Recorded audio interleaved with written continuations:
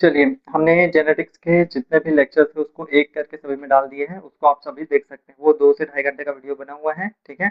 और कोई भी एक वीडियो को अचानक से देखने से बाकी का टॉपिक समझ नहीं आएगा, ठीक है ना? इसलिए शुरू से मतलब लेक्चर 1 से सभी वीडियो देखना ज़रूरी है, तभी वो आपको कॉन्सेप्ट समझ में आएगा, ठीक है? तो आप शुरू से वीडियो देखिए ताकि आपकी पढ़ाई अच्छे लेवल पे हो, ठीक है? और हमने एकदम डीप लेवल पे जाके पढ़ाई की है, इससे किसी भी टाइप का क्वेश्चन बनेगा, वो सारा क्वेश्चन हम आसानी से सॉल्व कर सकते हैं, ठीक है जी? चलिए हम आगे बढ़ते हैं। ठीक, हम क्या देख रहे थे? एक्सेप्शन ऑफ मेंडेलियन जेनेटिक्स देख रहे थे, ठीक है? इसमें हम किस में आए थे? कोडोमिनेंस पे आए थे जी। कोडोमिनेंस, कोडोमिनेंस मतलब क्या हो जाता है? कोडोमिनेंस मतलब सहप्रभाविता, ठीक है? कोडोमिनेंस मतलब क्या हो जाता है? सहप्रभाविता, ठीक? अब हम हमेशा जानते हैं कि एक जीन के कितने एलील होते हैं जी? एक जीन के 2 एलील्स होते हैं, ठीक है जी? एक जीन के 2 एलील्स होते हैं, ठीक है? जैसे टाल बहुत लंबेपन का गुण है, तो लंबेपन का गुण है, इसका जीन कितना है? एक जीन है ना? इसका एक जीन है और इस एक जीन के 2 एलील है। ये पहला लंबा वाला एलील और दूसरा बोनो वाला एलील, ठीक है ना? तो इस एक जीन के कितने एलील हो सकते हैं? 2 एलील हो सकते हैं, ठीक है? तो ये क्या कहलाता है? ये हम जानते हैं कि एक जीन के 2 एलील होते हैं, ठीक है? और दोनों में से मेंडल के नियम अनुसार, मेंडल के कौन से नियम के अनुसार? लॉ ऑफ डोमिनेंस के अनुसार, प्रभाविता के नियम के अनुसार क्या बोला जाता था कि जो प्रभावी कैरेक्टर होगा वही F1 पीढ़ी में दिखा पाएगा, दिख सकता है ना? तो ये यदि प्रभावी है और ये अप्रभावी है, यदि दोनों आ जाते हैं ऐसे, तो अपन को लंबे लंबे वाले पौधे देखने को मिलेंगे। ये प्रभाविता का नियम कहता था, ठीक है? लेकिन सप्रभाविता में क्या हो जाता है? एक जीन के कितने एलील होते हैं? 2 एलील होते हैं और दोनों के दोनों एलील जो होते हैं वो अलग-अलग एंजाइम बनाते हैं, ठीक है जी? अलग-अलग एंजाइम बनाते हैं और दोनों के दोनों अलग-अलग प्रोटीन बनाकर अपना कैरेक्टर शो करते हैं, ठीक है? मतलब एक जीन के 2 एलील जो होते हैं वो दोनों अपने कैरेक्टर शो करते हैं। उनमें किसी भी तरीके की ब्लेंडिंग नहीं होता, किसी भी तरीके का मिक्सचर नहीं होता, ठीक है? दोनों अलग-अलग प्रकार के दोनों अलग-अलग प्रकार के कैरेक्टरिस्टिक्स शो करते हैं, ठीक है? यही क्या कहलाता है? कोडोमिनेंस से सहप्रभाविता, ठीक है? सहप्रभाविता मतलब दोनों के लक्षण साथ-साथ दिखाई देना क्या कहलाता है? सहप्रभाविता कहलाता है, ठीक है जी? अब हम यहाँ पे देखेंगे कोडोमिनेंस के उदाहरण, ठीक है जी? कोडोमिनेंस के उदाहरण बहुत सारे प्रकार के उदाहरण हैं, जैसे coat colour, coat colour in cattle, cattle का जो कलर होता है, ठीक है? गाय का जो कलर होता है वो ब्लड ग्रुपिंग, ठीक है? और इसी में मल्टीपल एलिलिज्म भी आ जाता है, ठीक है? हम हमेशा जानते हैं कि एक जीन के 2 एलील होते हैं, ठीक है? लेकिन मल्टीपल एलिलिज्म क्या हो जाता है कि एक जीन के 2 या 2 से अधिक हो जाना मल्टीपल एलिलिज्म कहलाता है, ठीक है? ये ब्लड ग्रुप में देखने को मिलता है, ठीक है जी? ये किसमें देखने को मिलता है? ब्लड ग्रुप में देखने को मिलता है। हम आगे आने वाले समय में उसको पढ़ेंगे, ठीक है? लेकिन सबसे पहले अपन को पढ़ना है कौन सा? कोडोमिनेंस, सहप्रभाविता, ठीक है जी? कोडोमिनेंस मतलब सहप्रभाविता अपन को देखना है, ठीक? तो कोडोमिनेंस बेसिकली क्या हुआ? वन जीन है, one gene there are form 2 alleles, ठीक है? और दोनों एलील्स क्या करते हैं? डिफरेंट प्रोटीन बनाते हैं और अपना कैरेक्टरिस्टिक F1 पीढ़ी में शो करते हैं, ठीक है? तो ये क्या कहलाता है? कोडोमिनेंस, ठीक? तो अब यहाँ पे देखेंगे, इसके उदाहरण देख लेते हैं। इसका उदाहरण हम ले लेते हैं कोट कलर, कोट कलर, ठीक है जी? कोट कलर इन कैटल,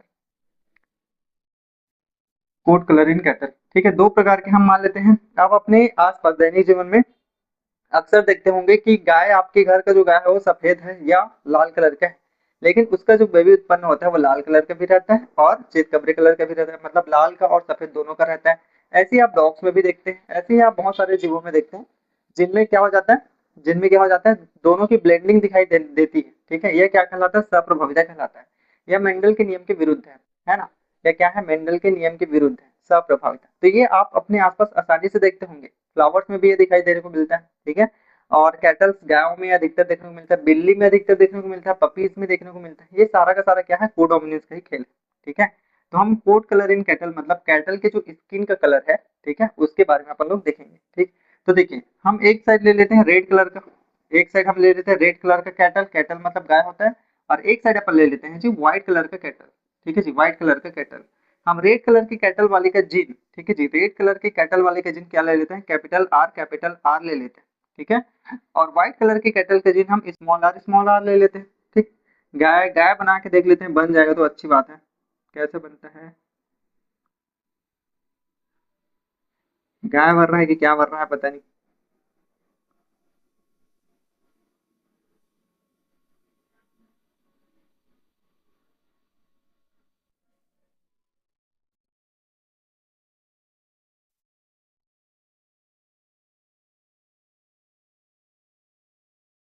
ये गाय हमारा बन चुका है, ये व्हाइट कलर का गाय है।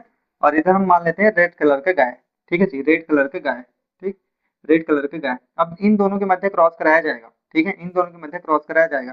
तो इसका एक आर आएगा, इसका एक आर आएगा, ठीक है। तो क्या हो जाएगा बीच में कैपिटल आर और स्मॉल आर आ जाएगा, ठीक है जी। कैपिटल आर और स्मॉल आर आ जाता है, ठीक है। अब मेंडल के नियम के अनुसार यहाँ पे क्या आना चाहिए, कैपिटल आर यदि प्रभावी है इस पर, तो इस पर लाल कलर के कैटल्स आने चाहिए थे, ठीक है जी। इसका क्या मतलब है, यदि लाल कलर की फीमेल गाय है उसका क्रॉस व्हाइट कलर की बैल के साथ किया गया, ठीक है, तो गाय की जो संतानी हुई, चाहे वो मेल हो चाहे फीमेल हो, वो प्रभाविता के नियम के अनुसार लाल कलर का होना चाहिए था, ठीक है जी। लाल कलर का होना चाहिए था, लेकिन कोडोमिनेंस के अनुसार, क्योंकि यह क्या कहलाता है, मेंडल के नियम का अपवाद है। कोडोमिनेंस मतलब सहप्रभाविता के नियम के अनुसार इसका भी कैरेक्टर शो होता है और इसका भी कैरेक्टर शो होता है, ठीक है। इसका ये मतलब है कि ये वाला जो कलर होगा वो रोन कलर का होगा, ठीक है जी। रोन कलर मतलब क्या हो जाता है, चितकबरा कलर का, लाल कलर का भी हो जाएगा और कौन से कलर का हो जाएगा, व्हाइट कलर का भी हो जाएगा, ठीक है जी। तो यहाँ पे क्या हो जाएगा, लाल और सफेद, लाल और सफेद, ये दोनों टाइप का हो सकता है ना, ये दोनों टाइप का हो सकता है। इसका क्या मतलब हुआ, इसका ये मतलब हुआ कि ये भी प्रभावी हो रहा है, ये भी प्रभावी हो रहा है, ठीक है। अब यहाँ पे देखो हम हमको स्मॉल आर दिख रहा है, हम इसको कैपिटल डब्ल्यू भी लिख सकते हैं जी, कैपिटल डब्ल्यू भी लिख सकते हैं, कोई दिक्कत नहीं है, लेकिन पुस्तक में ऐसा दिया है। यदि यहाँ पे ऐसा लिखते हो तो आर डब्ल्यू आ जाएगा, और आर डब्ल्यू आने से आर रेड को दिखाएगा, और व्हाइट जो है वो किसको दिखाएगा, सफेद को दिखाएगा, है ना। तो ये भी लिख सकते हैं, ये भी लिख सकते हैं, आप दोनों में से कोई भी लिखे वो सही हो जाएगा, ठीक है। तो यही क्या कहलाता है, कोडोमिनेंस कहलाता है, सप्रभाविता कहलाता है। दोनों F1 पीढ़ी में अपने लक्षण स्पष्ट रूप से प्रकट करते हैं, दोनों अपने लक्षण F1 पीढ़ी में स्पष्ट रूप से प्रकट करते हैं। यही क्या कहलाता है, कोडोमिनेंस या सहप्रभाविता कहलाता है, ठीक है जी। यही क्या कहलाता है, कोडोमिनेंस या सहप्रभाविता कहलाता है, ठीक। तो इसमें अपन को क्या देखने को मिला, चितकबरे रंग का क्या देखने को मिला, बेबी देखने को मिला, चाहे वो गाय की बात करें, चाहे वो हम बिल्लियों की बात करें, कैट्स की बात करें, पपीज की बात करें, और ऐसे बहुत सारे जीव जंतु हैं जिसमें दोनों के कैरेक्टरिस्टिक देखने को मिलते हैं, ठीक है। अब हम क्या करते हैं, इसकी सेल्फिंग करके देखते हैं, ठीक है जी। इसकी सेल्फिंग करके देखते हैं, मतलब इसका क्रॉस इसी के साथ ही कराएंगे, इसका क्रॉस इसी के साथ ही कराएंगे, ठीक है। तब अपन को क्या देखने को मिलेगा, तो capital R small R, capital R small R. Selfing कराने से अपन को 3 प्रकार के परिणाम, 4 प्रकार के परिणाम दिखेंगे ऐसे, ठीक। तो पहला हम देखो क्या क्या मिलता था, क्या ट्रिक बताया था, कैपिटल कैपिटल वाले पहले लिखो, फिर इधर स्मॉल आर वाले लिखो, और बीच में दोनों का मिश्रण लिखो, ठीक है जी, बीच में दोनों का मिश्रण लिखो, ठीक। अब यहाँ पे देखो, ये तो लाल होगा जी, ये तो रेड होगा ही होगा, ये रेड होगा ही होगा, और ये क्या हो जाएगा, ये सफेद होगा, ये क्या हो जाएगा, सफेद, ठीक। और ये दोनों सेम सेम है, तो इनका जीनोटाइप क्या मिला था, इनका जीनोटाइप क्या मिला था, रोन कलर का मिला था कि नहीं मिला था, ठीक है जी। रोन कलर मतलब चितकबरे रंग का, ठीक है जी, चितकबरी, रोन कलर का मिला था, ठीक है। अब जीनोटाइप और फिनोटाइपिक रेशियो देख लो, ठीक। अब देखो फिनोटाइप कितना मिला, 3 फिनोटाइप मिला है, पहला लाल रंग का फिनोटाइप मिला, दूसरा चितकबरे रंग का फिनोटाइप मिला, और तीसरा क्या मिला, सफेद रंग का फिनोटाइप मिला। लाल की संख्या कितनी है, 1 है, चितकबरे रंग की संख्या कितनी है, 2 है, सफेद रंग की संख्या कितनी है, 1 है ना।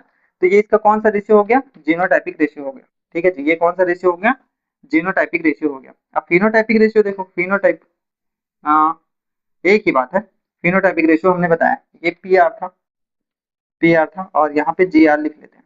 जी आर देखिए, जी आर जीनोटाइप मतलब कितने टाइप के जीनोटाइप प्राप्त हुए, पहला आर आर के जीनोटाइप कितने मिले, एक नहीं मिला। कैपिटल आर स्मॉल आर के जीनोटाइप कितने मिले, 2, और सफेद के कितने मिले हैं, 1। तो टोटल कितना हो गया, G R equal to P R, ठीक है। 1 2 1 देखने को मिला, इधर भी 1 2 1 देखने को मिला, मिला कि नहीं मिला, समझ में आ गया। तो जीनोटाइप इक्वल टू फिनोटाइप हमने कहाँ पे पढ़ा था, टेस्ट क्रॉस में पढ़ा था, बैक क्रॉस में पढ़ा था, ठीक है। इसके पहले इनकम्प्लीट डोमिनेंस देखे थे, उसमें भी यही अनुपात आया था, ठीक है।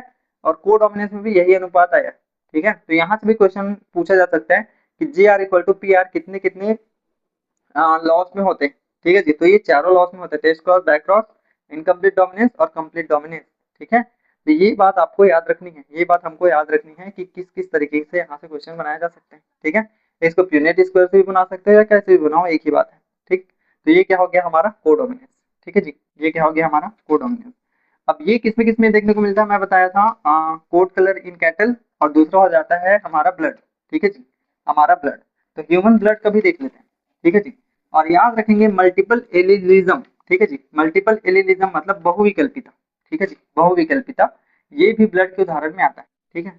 तो कोडोमिनेंस का दूसरा उदाहरण हम ले लेते हैं ह्यूमन ब्लड, ब्लड ग्रुप, ठीक है जी। अब यहाँ पे देखिए ह्यूमन ब्लड ग्रुप कितने प्रकार के होते हैं, आपने पढ़ा होगा 3 प्रकार के होते हैं, ठीक है। तो ह्यूमन ब्लड के ग्रुप के जीन को क्या कहा जाता है, एक जीन होगा ना, एक जीन, तो इसको आई जीन कहा जाता है जी। इसको कौन सा जीन कहा जाता है, आई जीन कहा जाता है। अब ह्यूमन ब्लड ग्रुप के कितने ग्रुप हो सकते हैं? 3 ग्रुप हो सकते हैं, पहला ए, दूसरा बी और तीसरा ओ। 3 ग्रुप होते हैं, ऐसा हमने पढ़ा था। ठीक है, ग्रुप ग्रुप ना ए बी भी हो सकता है, ए हो सकता है, बी हो सकता है, ओ भी हो सकता है, तीनों हो सकते हैं, है ना। तो 3 प्रकार के, बेसिकली 3 प्रकार के ग्रुप पाए जाते हैं, और आई जीन जो होता है वो तीनों जीन्स में बटा हुआ रहता है। ठीक, आई जीन के 3 एलील्स यहाँ पे पाए जाते हैं। ठीक है जी, आई जीन के 3 एलील्स यहाँ पे पाए जाते हैं। इस आई ओ को आई जीन भी कह दिया जाता है, स्मॉल आई जीन भी कह दिया जाता है। ठीक है जी, स्मॉल आई जीन भी कह दिया जाता है। ठीक, तो ये याद रखेंगे, ब्लड ग्रुप जो होता है उसमें भी क्या पाया जाता है? कोडोमिनेंस से सहप्रभाविता पाया जाता है। ठीक है जी, कोडोमिनेंस से सहप्रभाविता पाया जाता है। ठीक, अब यहाँ पे देखिए, आई ए अपना अलग जीन बनाएगा, आई बी अपना अलग जीन बनाएगा, अलग एंजाइम बनाएगा। आई ओ किसी भी प्रकार का एंजाइम नहीं बनाता है। ठीक है, किसी भी प्रकार का एंजाइम या प्रोटीन नहीं बनाता। ठीक है जी, एंजाइम या प्रोटीन नहीं बनाता। ठीक, एंजाइम या प्रोटीन नहीं बनाता। ये अपना क्या बना सकता है? एंजाइम और प्रोटीन दोनों बना सकते हैं। तो ई और पी लिख देते हैं, ई और पी दोनों बना सकता है। आई भी क्या बना सकता है? अपना स्वयं का एंजाइम और स्वयं का प्रोटीन बना सकता है। ठीक है, इसलिए दोनों जो लक्षण होते हैं, इसलिए आई ए और आई बी जो दोनों लक्षण होंगे वो कौन से लक्षण होंगे? प्रभावी लक्षण होंगे, क्योंकि ये अपना एंजाइम और प्रोटीन बना पा रहे हैं। ठीक है जी, अपने एंजाइम और प्रोटीन बना पा रहे हैं, इसलिए कौन से जीन होंगे? डोमिनेंट होंगे। डोमिनेंट, डोमिनेंट मतलब प्रभावी, प्रभावी जीन होंगे। ठीक है जी, और यही जो ग्रुप होगा वो एक पीढ़ी से दूसरी पीढ़ी में आसानी से जाएगा। जबकि ये कौन सा हो जाएगा? रिसेसिव हो जाएगा। ये कौन सा हो जाएगा? रिसेसिव। रिसेसिव मतलब क्या हो जाएगा? रिसेसिव को क्या बोलते हैं जी? अप्रभावी बोलते हैं ना। ठीक है जी, रिसेसिव को क्या बोलते हैं? अप्रभावी बोलते हैं। ठीक है, तो ये वाला जो जीन्स है उसमें क्या हो जाएगा? ये रिसेसिव टाइप का होगा, ये अप्रभावी टाइप का होगा। जबकि ये दोनों जो होंगे वो प्रभावी टाइप के होंगे, क्योंकि ये अपना प्रोटीन को एक्सप्रेस कर पा रहे हैं। ठीक है, एंजाइम को एक्सप्रेस कर पा रहे हैं। यदि प्रोटीन और एंजाइम बनेगा तो कैरेक्टरिस्टिक अपने आप से होगा, है ना, क्योंकि डीएनए से बनता है प्रोटीन, प्रोटीन और एंजाइम, एंजाइम और प्रोटीन क्या करते हैं? कैरेक्टर्स को शो करते हैं। तो आई बी और आई ए जीन जो था, उन्होंने अपनी अगली पीढ़ी में क्या किसको शो किया? ई और पी, एंजाइम और प्रोटीन को शो किया, इसलिए डोमिनेंट एलील। जबकि आई ओ में किसी भी प्रकार का जीन का एक्सप्रेशन नहीं होता, प्रोटीन का एक्सप्रेशन नहीं होता, एंजाइम का एक्सप्रेशन नहीं होता। ठीक है, तो ये क्या हो जाएगा? अप्रभावी हो जाएगा। ठीक है जी, अप्रभावी हो जाएगा। ठीक, अब इस तरीके से देखिए, यदि आई ए जीन्स और आई बी जीन्स, ठीक है, ये हो गया हमारा फीमेल और ये हो गया मेल, यदि इन दोनों के मध्य विवाह होता है, ठीक है जी, इन दोनों के मध्य विवाह होता है, तो आने वाली जो संतति है वो कैसे होगी? ए और बी टाइप की होगी, क्योंकि दोनों लक्षण क्या है जी? प्रभावी। ठीक है जी, उसमें ए का भी प्रोटीन होगा, बी का भी प्रोटीन होगा, है ना। ए एंटीजन भी होगा, बी एंटीजन भी होगा। समझ में आ गया? तो ये क्या कहलाता है? कोडोमिनेंस या सहप्रभाविता कहलाता है। ठीक है, इसको भी आपको याद रखना है। ठीक, ये सारे के सारे जो हम लोग अपूर्ण प्रभाविता, सहप्रभाविता, ये दुनिया भर की जितनी भी चीजें देख रहे हैं, ये किस में पूछे जाते हैं?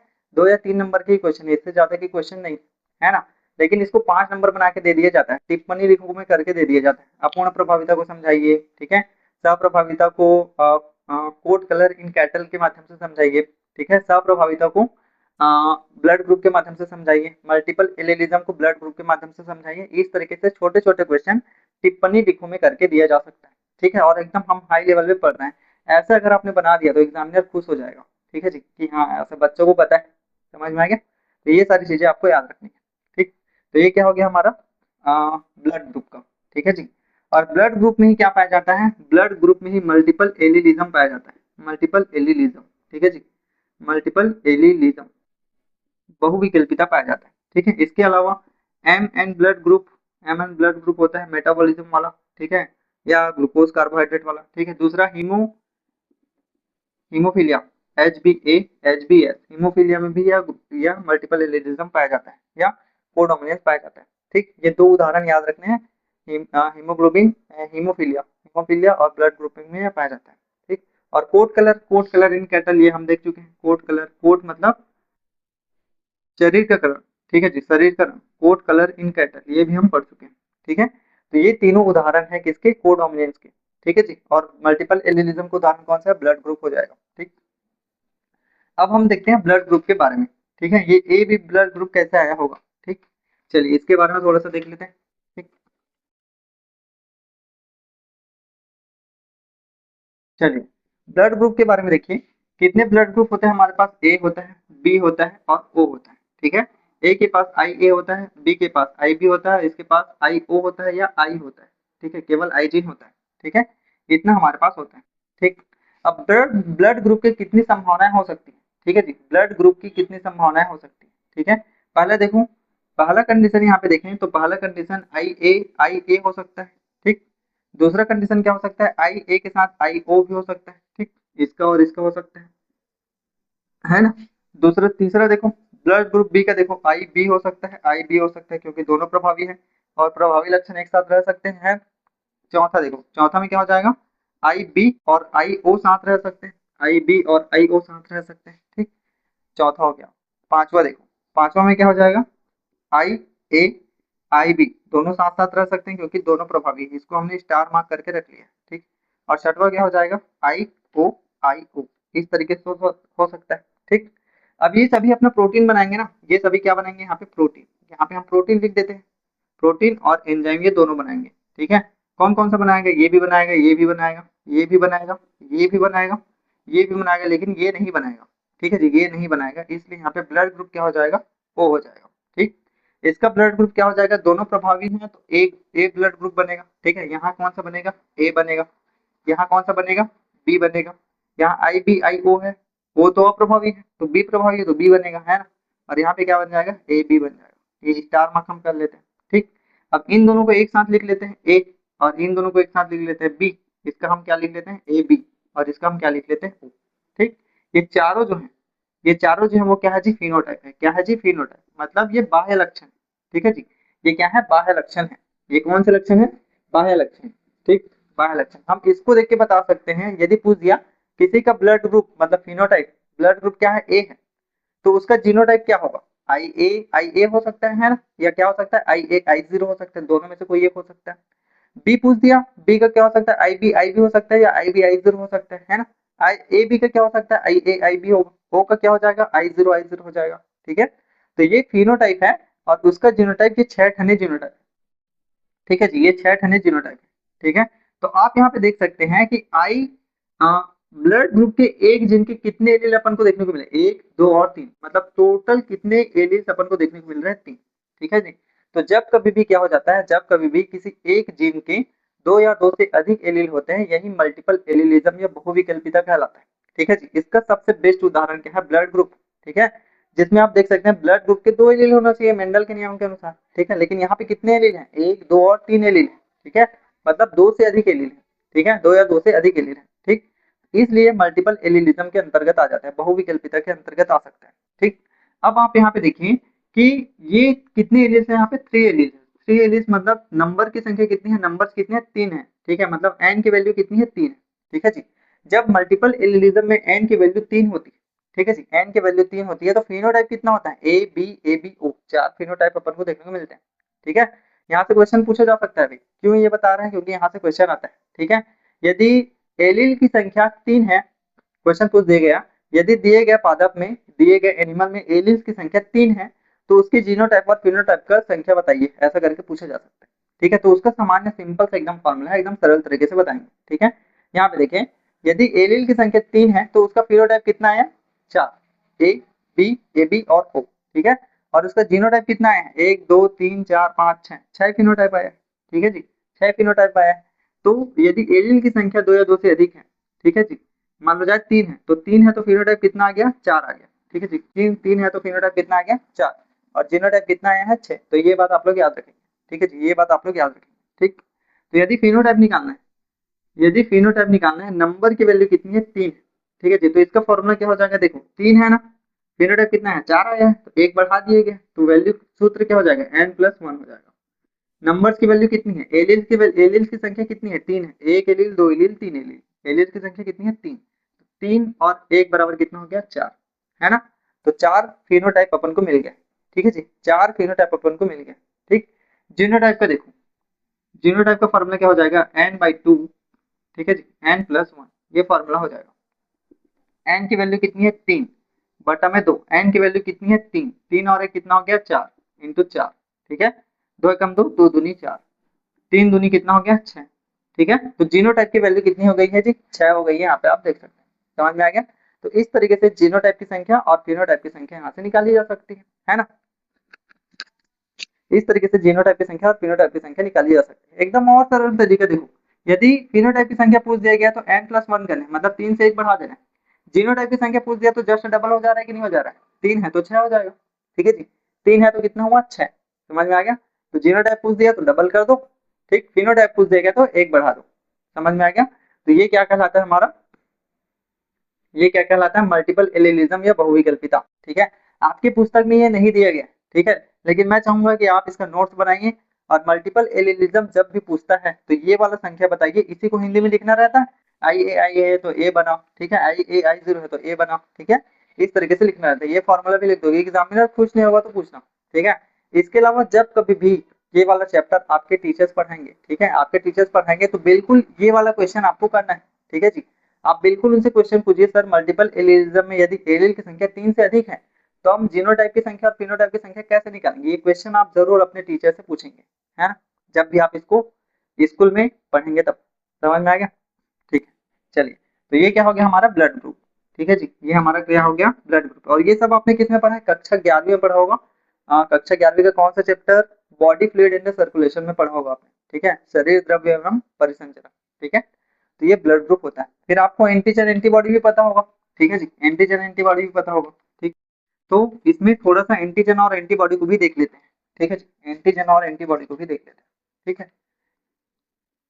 चलिए देखिए, सबसे पहला देखो ब्लड ग्रुप ए, ठीक है जी, ब्लड ग्रुप ए, ठीक। आप जानते हैं ब्लड ग्रुप ए है, ठीक है जी, ब्लड ग्रुप ए है, तो इस पर एंटीजन कौन सा होगा, ठीक है जी, ब्लड ग्रुप ए है तो ए इस पर एंटीजन कौन सा होगा, ठीक। एंटीजन कौन सा हो जाता है, ए टाइप का एंटीजन होता है, ठीक। ब्लड ग्रुप बी है, तो ब्लड ग्रुप बी है तो वो एंटीजन कौन सा हो जाएगा, ब्लड ग्रुप बी है तो बी के ऊपर एंटीजन कौन सा प्रकार का एंटीजन पाया जाएगा, बी प्रकार का पाया जाएगा कि नहीं। ए बी है, यदि ब्लड ग्रुप ए बी है तो एंटीजन कौन सा पाया जाएगा, ए बी पाया जाएगा, ठीक है। यदि ब्लड ग्रुप ओ है, यदि ब्लड ग्रुप ओ है तो किसी भी प्रकार का एंटीजन यहाँ पे नहीं पाया जाता, ठीक है जी, किसी भी प्रकार का एंटीजन यहाँ पे नहीं पाया जाता। ये सारा चीज आपको पता है, ठीक है जी, ये सारा चीज आपको पता है ना, ये आपने पिछले 11वीं क्लास में आपने पढ़ा होगा, ठीक। लेकिन हम जानते हैं कि एंटीजन जो होता है वो आरबीसी की सतह पर होता है, मतलब ये आरबीसी ए है, ये आरबीसी बी है, आरबीसी ए बी है, आरबीसी ओ है। आरबीसी की सतह से चिपका हुआ क्या पाया जाता है, एंटीजन पाया जाता है। तो ए पे ए एंटीजन, बी पे बी एंटीजन, ए बी पे ए बी एंटीजन, ओ पे कोई एंटीजन नहीं, ये पाया जाता है। ये तो आप सबको पता है। लेकिन क्या आप बता सकते हैं कि यहाँ पे ए एंटीजन कैसे आया, यहाँ पे ए एंटीजन कैसे आया, यहाँ पे बी एंटीजन कैसे आया, यहाँ पे ए बी एंटीजन कैसे आया, यहाँ पे कुछ क्यों नहीं है, ये कैसे आया होगा, ठीक है। तो यहाँ पे हम देखते हैं ए है, यहाँ पे बी का बी लिख लेते हैं, ठीक, यहाँ पे ए बी लिख लेते हैं, ये ए बी, ये उसका आरबीसी का लेयर है, और यहाँ पे ओ, ये ओ का आरबीसी का लेयर है, ठीक। ये बी है और यहाँ पे ए है, ठीक। ये ए ब्लड ग्रुप का आरबीसी का एक सेल है, ठीक है जी, आरबीसी का एक कोशिका है, ठीक। अब यहाँ पे याद रखेंगे कि किसी भी ब्लड ग्रुप पर हमेशा कौन सा एंटीजन पाया जाता है, सबसे पहले एच एंटीजन पाया जाता है, ठीक है जी, एच एंटीजन पाया जाता है, याद रखेंगे, ठीक। ये बना कैसे वो देखेंगे, ए कैसे आया है, यहाँ पे भी एच एंटीजन पाया जाता है, ठीक, एच एंटीजन पाया जाता है, यहाँ पे भी एच एंटीजन पाया जाता है, यहाँ पे भी एच एंटीजन पाया जाता है, ठीक। ये इस तरीके से जुड़ा हुआ है एंटीजन, ये एंटीजन, ठीक है। एच एंटीजन के साथ यहाँ पे एन प्रोटीन, ठीक है जी, एच एंटीजन के साथ यहाँ पे क्या पाया जाता है, यहाँ पे पाया जाता है,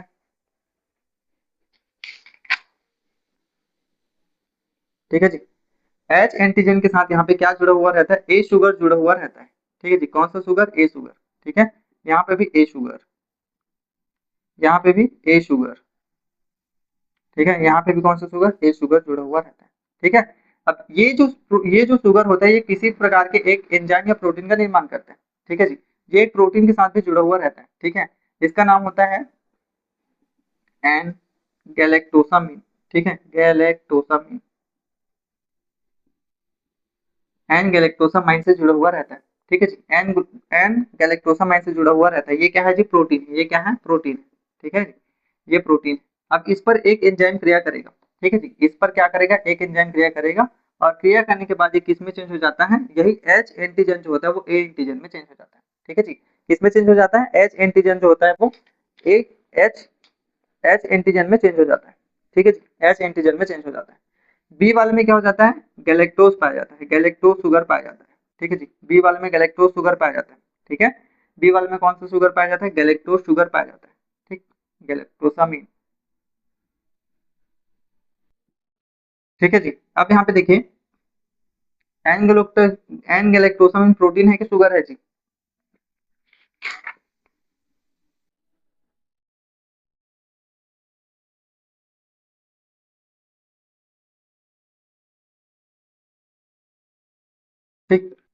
देखिए यहाँ पे क्या पाया जाता है, एन एसिटाइल गैलेक्टोसामिन पाया जाता है।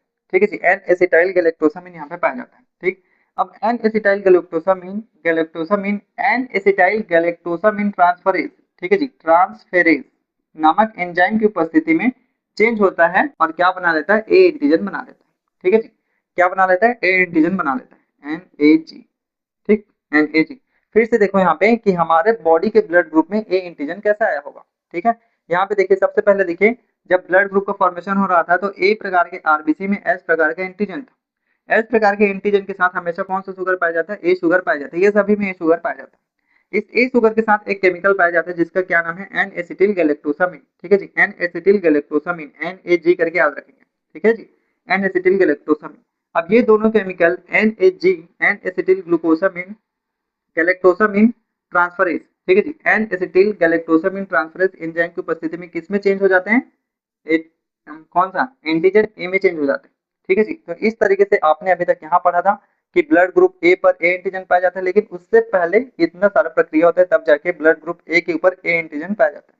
ठीक है, तो अभी तक आपको ये पता है, अभी तक आपको ये पता है। ठीक है जी, ये पता था लेकिन अब ये पता है कि ये सारी चीजें होती है तब जाके ये बनता है। ठीक है जी, तो एस एंटीजन होता है। ठीक है, यहाँ पे देखिए इस पे क्या पाया जाता है, गैलेक्टोज पाया जाता है, तो यहाँ पे क्या हो जाएगा, ट्रांसफरेज हो जाएगा। तो कौन सा ट्रांसफरेज, गैलेक्टोज ट्रांसफरेज हो जाएगा। गैलेक्टोज ट्रांसफरेज एंजाइम की उपस्थिति में एच एंटीजन किस में चेंज हो जाता है, बी एंटीजन में चेंज हो जाता है। ठीक है जी, बी एंटीजन में चेंज हो जाता है। अब यहाँ पे देखिए यहाँ पे ए भी है और बी भी है, तो यहाँ पे कौन सा पाया जाएगा, ए के लिए कौन सा पाया जाता है, एन एसिटाइल गैलेक्टोसामिन, और बी के लिए कौन सा पाया जाता है, गैलेक्टोज शुगर पाया जाता है। ठीक है जी, अब ये दोनों एन एच जी ट्रांसफरेज और गैलेक्टोज ट्रांसफरेज एंजाइम की उपस्थिति में किसमें चेंज हो जाएंगे, ए बी एंटीजन में चेंज हो जाएंगे, है ना, ए बी एंटीजन में चेंज हो जाएंगे। समझ में आ गया। तो ये बेसिकली क्या है, सहप्रभाविता। शुरू में ही मैंने बताया था, कोडोमिनेंस में हमने पहले ही बताया था कि प्रत्येक जो एलील होते हैं, प्रत्येक जो एलील होते हैं, एक जिन के जितने एलील होते हैं वो अपने प्रोटीन और अपने एंजाइम का सिंथेसिस और एक्सप्रेशन एक साथ करते हैं, स्वयं से करते हैं। ठीक है ना, तो ए वाला देखिए ये वाला एंजाइम का सिंथेसिस किया, प्रोटीन का सिंथेसिस किया, और ये वाला कौन सा सिंथेसिस किया, गैलेक्टोज का सिंथेसिस किया। ठीक है जी, तब जाके वो ए में चेंज हुआ और बी में चेंज हुआ, तब जाके ये ब्लड ग्रुप बना है ना। तो इसी प्रकार से ये दोनों मिल जाना है। तो ए वाला जो होगा वो गैलेक्टोसामिन एन ए जी का यूज करेगा, और बी वाला क्या बनाया, गैलेक्टोज बनाया। इस वजह से इसमें जो बेबी बना उसमें ए और बी दोनों का ब्लड ग्रुप था। इसका ये मतलब है कि उसके ब्लड ग्रुप में एन एसिटिल गैलेक्टोसामिन प्रकार का एंजाइम या प्रोटीन यहाँ पे पाया जा रहा होगा जिसने अपना एक्सप्रेशन किया, यहाँ पे गैलेक्टोज पाया जा रहा होगा जिसने अपना एक्सप्रेशन किया, तब जाके वो दोनों एक साथ आए हैं और सह प्रभाविता दिखाए, कोडोमिनेंस दिखाए हैं, तब जाके ये ए बी ब्लड ग्रुप बना है ना, तब जाके ए बी ब्लड ग्रुप बना है। ओ ब्लड ग्रुप आ गया, ओ में दोनों नहीं रहेगा, दोनों नहीं रहेगा तो कोई एंटीजन नहीं बनेगा। इस वजह से ओ में किसी भी प्रकार का एंटीजन नहीं होता, क्योंकि ओ वाला जो होता है वो रिसेसिव होता है। सबसे पहला स्लाइड, ठीक है जी, ओ वाला क्या होता है, रिसेसिव होता है, ये हमने देखा था। रिसेसिव मतलब अप्रभावी, जब उसमें कुछ जीन का एक्सप्रेशन ही नहीं होगा, जब उसमें प्रोटीन ही नहीं बनेगा, जब उसमें एंजाइम ही नहीं बनेगा, तो वहां कहाँ से एंटीजन बना लेगा। इस वजह से यहाँ पे किसी भी प्रकार का एंटीजन नहीं बनता। समझ में आ गया। ठीक है, तो अभी तक हमको इतना पता था, लेकिन हमने ये जान लिया कि ये कैसे बन रहा है और इसका संबंध कोडोमिनेंस से है। ठीक है जी, और इस कोडोमिनेंस का संबंध मल्टीपल एलिलिज्म से है, बहुविकल्पिता। ठीक है जी, कि एक जीन के एक से अधिक एलील हो सकते हैं। समझ में आ गया। तो इस तरीके से ब्लड ग्रुप का निर्माण होता है हमारे बॉडी में। ठीक है जी, इस तरीके से ब्लड ग्रुप का फॉर्मेशन होता है। समझ में आ गया। तो अब जब कभी भी आप यदि कक्षा 11वीं के बच्चे भी इसको देख रहे हैं, ठीक है जी, या कक्षा 12वीं के बच्चे भी देख रहे हैं, तो जब कभी भी मल्टीपल एलिलिज्म का टॉपिक पढ़ाया जा रहा होगा, पढ़ाया जाएगा आपके स्कूल में, ठीक है जी, तब आपको ये पूछना है कि सर ए एंटीजन है, ए ब्लड ग्रुप है, तो उस पर ए एंटीजन आया कैसे। ठीक है, बी है तो बी आया कैसे, ए बी है तो ए बी आया कैसे है, और वो है तो वहाँ पे किसी भी प्रकार के एंटीजन क्यों नहीं है। ठीक है जी, ठीक है, फिर आपके टीचर्स बताएंगे ये सारी चीजें। ठीक है जी, ये सारी चीजें बताएंगे, तब आपका जो कॉन्सेप्ट है वो अच्छे से क्लियर होगा। लेकिन ये मैंने आपको पहले से ही बता दिया। ठीक है, तो ये क्वेश्चन मैं आपको दे रहा हूँ कि आपसे जब ये क्वेश्चन पूछा जाएगा तब आप ये क्वेश्चन उनसे करिए। ठीक है जी, ये क्वेश्चन आप उनसे करिए। ठीक है, all the best, thank you.